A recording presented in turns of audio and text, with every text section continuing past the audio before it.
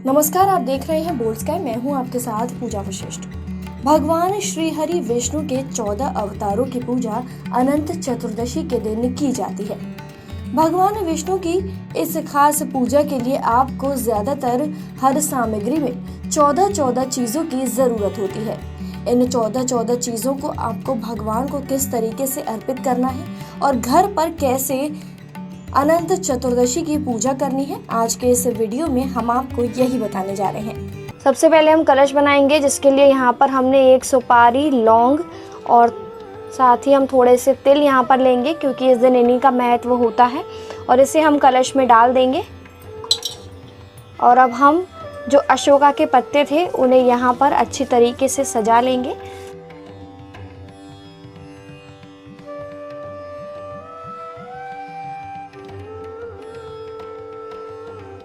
तो ये 5 पत्ते हमने लगा दिए हैं यहाँ पे अशोका के, और हमारा ये जो कलश है वो तैयार हो गया है। अब हम थोड़े से तिल रखेंगे जगह पर जहाँ पर हमें इसे स्थापित करना है। यहाँ हम बाईं तरफ रखेंगे कलश को। कलश हमेशा बाईं तरफ ही स्थापित किया जाता है। तो अब अभी इसे उठाकर यहाँ पर रख देंगे। कलश हमारा बन गया है। आगे की पूजा हम शुरू करते हैं। सबसे पहले हम कर लेंगे कलश की पूजा, जिसके लिए हम रोली लगाएंगे और चंदन लगाएंगे। सबसे पहले हमने जल के छींटे दिए थे, साथ ही तिल भी हम लगा देंगे और कलश के ऊपर पुष्प अर्पित कर देंगे और अंत में फिर से पानी के छींटे दे देंगे। अब हम करेंगे गौरी गणेश की पूजा, जिसके लिए हमने पहले से ही सुपारी पर मौली लपेट कर रख ली है। पूजन करेंगे। सबसे पहले हम कराएंगे इनको स्नान। अब हम गणेश जी पर रोरी चंदन का तिलक लगाएंगे। अब हम यहाँ पर तिल चढ़ा देंगे। ये हमने चढ़ाया है जनेऊ के तौर पर, और माता लक्ष्मी को हम कलावा अर्पित करेंगे। साथ ही अब हम लगा देंगे दोनों को भोग। भगवान गणेश को हम एक सुपारी और लौंग भी चढ़ाएंगे, साथ ही थोड़ी सी दुर्वा घास भी चढ़ाएंगे हम उन्हें, क्योंकि ये उन्हें बहुत ज़्यादा प्रिय है। आप चाहें तो पान का पत्ता भी चढ़ा सकते हैं। तो गौरी गणेश की पूजा संपन्न हो गई है। अब भगवान श्री हरि विष्णु की पूजा करेंगे। अंत में जल के छींटे जरूर देंगे। अब हम कराएंगे विष्णु भगवान को स्नान। सबसे पहले हमने इन पर दिए हैं जल के छींटे। उसके बाद हम जो पंचामृत हमने बनाया था, दूध, दही, घी, शहद और गंगाजल से, उससे हम इन्हें स्नान कराएंगे। जिसके बाद हम इन्हें अब स्वच्छ पानी से स्नान कराएंगे।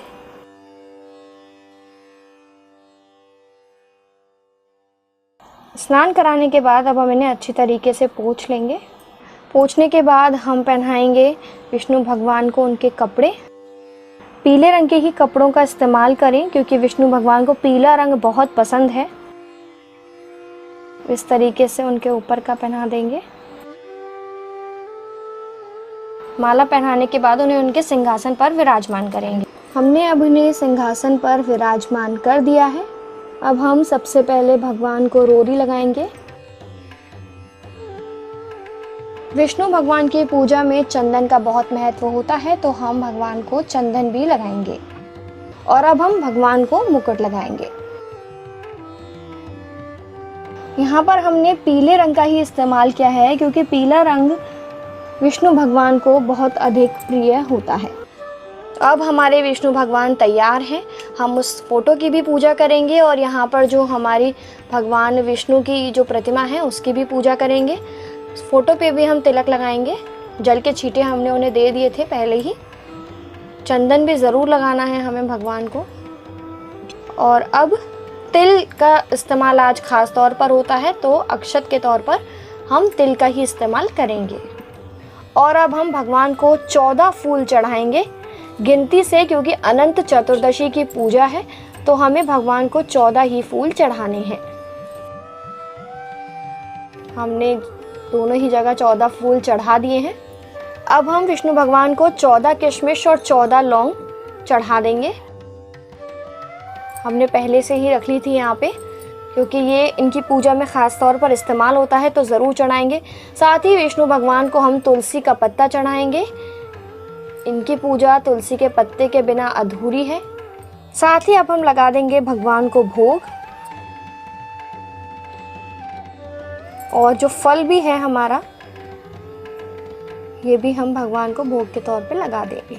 अब हम भगवान को ये जो आंवले के पत्ते हमने 14 लिए थे, ये भी हमें गिनकर ही लेने हैं। अनंत चतुर्दशी के दिन 14 ही चीज़ों के इस्तेमाल होता है, तो हम ये 14 ही पत्ते भगवान को चढ़ाएंगे।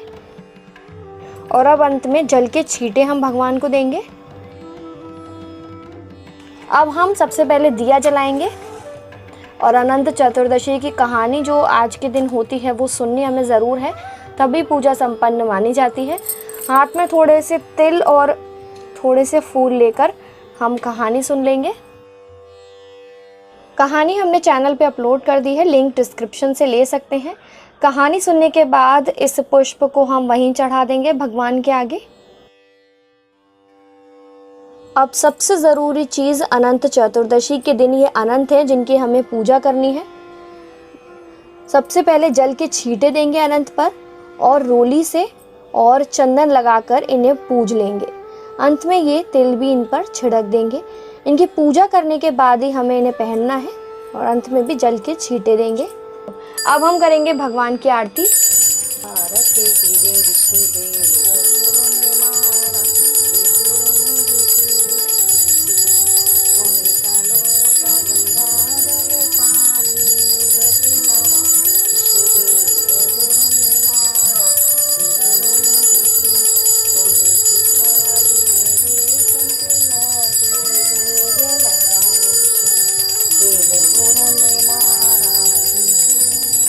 तो आरती अब हो गई है, भगवान को आरती दिखा देंगे।